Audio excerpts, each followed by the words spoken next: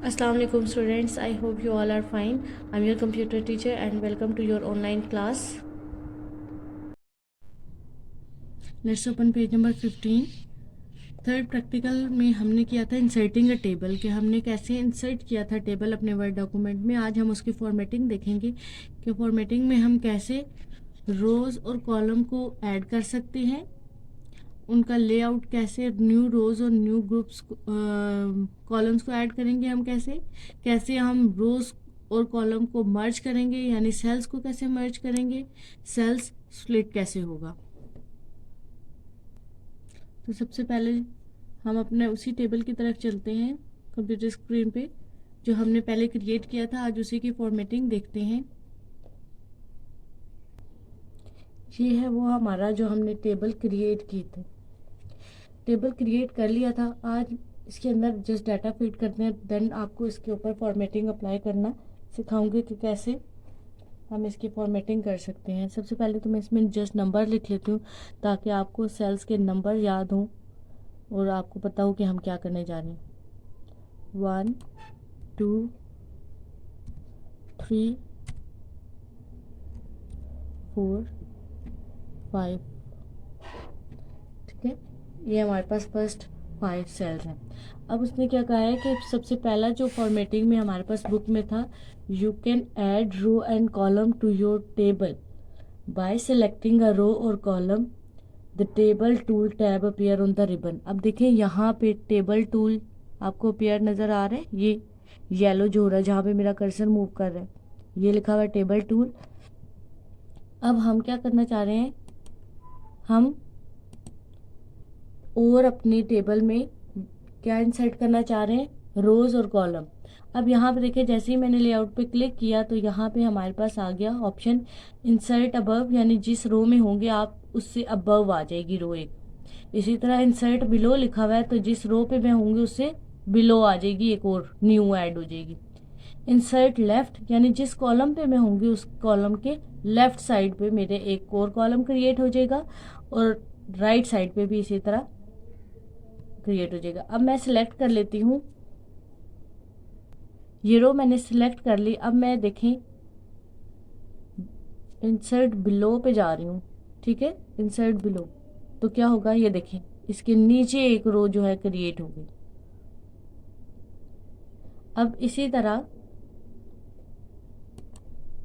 मैं यहाँ पे इसको सेलेक्ट करती हूँ अगेन और इससे अबव पे क्लिक करूँगी तो क्या होगा, देखें जी, 1 2 3 वाले नीचे और अबव साइड पे एक रो जो है वो क्रिएट हो गई। इसी तरह मैं अगर एक कॉलम को सिलेक्ट करती हूँ, अब मैं इसे डिलीट, अब ये है, ये तो रोज जो है ऐड भी हो गई अबव एंड बिलो। इसी तरह हम इस रो को क्या कर सकते हैं, डिलीट कर सकते हैं। सेलेक्ट करें, राइट क्लिक करें और आपके पास यहाँ डिलीट का जो ऑप्शन आ रहा है, डिलीट सेल्स का,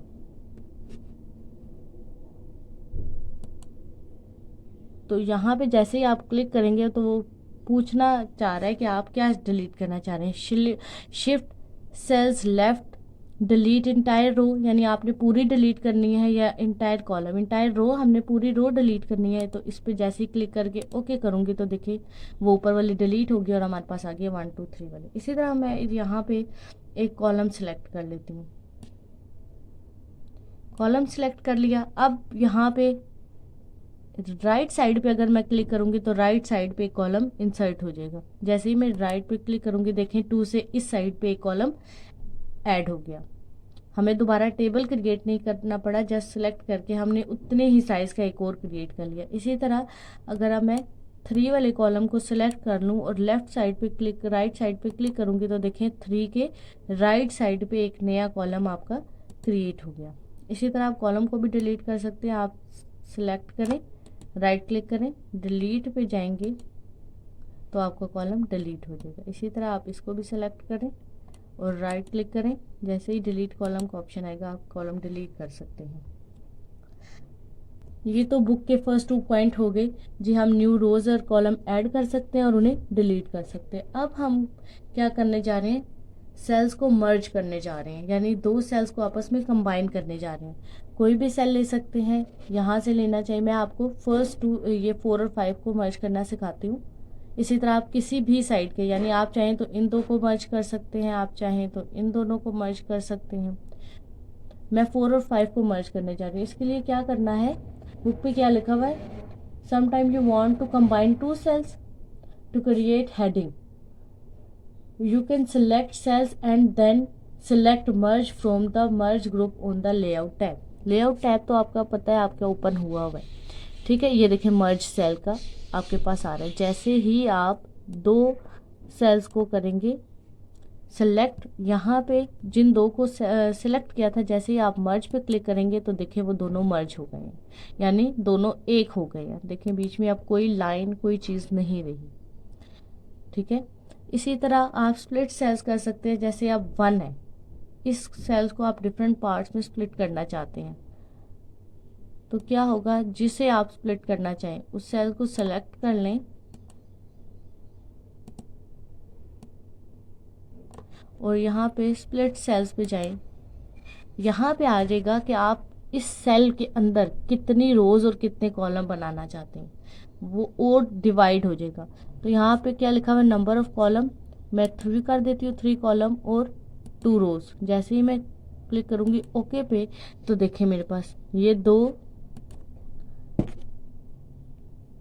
रोज बन गई हैं और 3 कॉलम बन गए हैं मेरे इस सेल के अंदर। तो ये कहलाता है स्प्लिट सेल्स, यानी एक सेल के अंदर आप सब डिवीजन कर सकते हैं, यानी उसे और डिवाइड कर सकते हैं। मर्ज सेल क्या करता है, दो सेल्स को कंबाइन कर देता है, यानी एक सेल बना देता है। अब देखिए जैसे नीचे वाले पे कोई इफेक्ट नहीं आया, यहाँ पे ये एक बन गया और आप इसमें कोई भी हेडिंग अगर लगाना चाहें तो क्रिएट कर सकते हैं। ये भी आपने सीख लिया। अब हम चलते हैं इसे दोबारा अपनी उसी ओरिजिनल हालत में कर लेते हैं जैसे ये पहले था। अच्छा जी, अब इसके बाद था हमारे पास कि हम कैसे डाटा को असेंडिंग और डिसेंडिंग में अरेंज कर सकते हैं। तो सबसे पहले ये देखिए ये सॉर्ट डाटा के आपके पास ऑप्शन है, यानी रिवर्स ऑर्डर में भी आप कर सकते हैं। अब इसे मैं करती हूँ सेलेक्ट और सॉर्ट पे क्लिक करती हूँ, ठीक है। अब ये मुझसे पूछ रहा है कि आप किस टाइप का डाटा जो है अरेंज करना चाहते हैं। तो ये जो आपके पास विंडो अपीयर होगी, आप असेंडिंग और डिसेंडिंग यहाँ से सेलेक्ट करने के बाद ओके करेंगे तो आपका डाटा असेंडिंग या डिसेंडिंग ऑर्डर में अरेंज हो जाएगा। उसके बाद हमारे पास है कि आप टेक्स्ट की अलाइनमेंट भी चेंज कर सकते हैं, यानी ये अब 2 लिखा हुआ है ना, मैं इसे सेलेक्ट करती हूँ और यहाँ पे हमारे पास टेक्स्ट अलाइनमेंट का ऑप्शन आ रहा है। ये आ गई हमारे पास टेक्स्ट डायरेक्शन अलाइनमेंट। आप नंबर्स को किस फॉर्म में करना चाहते हैं, वो ऐसा लिखा रहे तो इस साइड से हो या ऐसे, तो जिसमें भी आप करेंगे आप ओके करेंगे तो आपका नंबर जो है उस साइड डायरेक्शन में मूव कर जाएगा। देखिए 2 जो है इसको मैं आपको जूम करके दिखाती हूँ। अब यहाँ पे फर्ज कर लें मैं अब नंबर है ना आपको सही नज़र नहीं आ रहा होगा, मैं यहाँ पे और डाटा एंटर करती हूँ। यहाँ पे मैं लिखती हूँ अली। अब लिखा हुआ है अली, देखें ये कैसे लिखा हुआ है।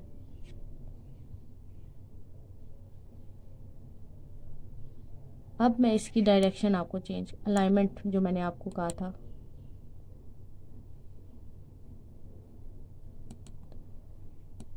मैंने ऐसे क्लिक किया, जैसे ही मैं ओके करूँगी देखिए अली कैसे लिखा हुआ आ रहा है, टेढ़ा हो गया। इसी तरह आप इसको चाहे तो किसी भी डायरेक्शन में इसके अलाइनमेंट को सेट कर सकते हैं। अब देखें इस साइड पे मूव कर गया।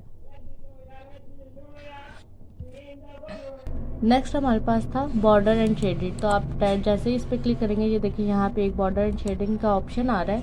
आप अपने टेबल का बॉर्डर किस तरह का क्रिएट करना चाहते हैं उस तरह का आप उस पर बॉर्डर, ये जो है आपके पास ऑल बॉर्डर में आपके पास आप सिंगल रखना चाहते हैं, डबल, जैसे ही आप क्लिक करेंगे तो देखें आपका जो टेबल है उस पर डबल बॉर्डर क्रिएट हो गया है। मैं आपको इसको जूम करके दिखाती हूँ।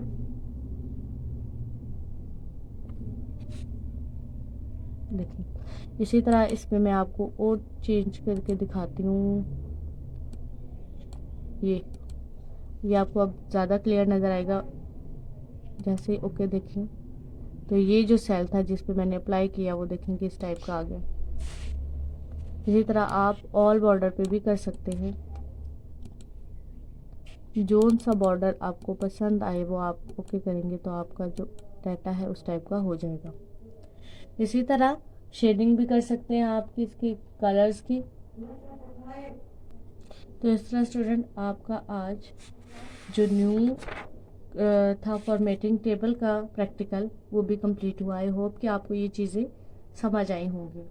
अब आपने इसकी घर पे प्रैक्टिस करनी है। थैंक यू स्टूडेंट, अल्लाह हाफिज़।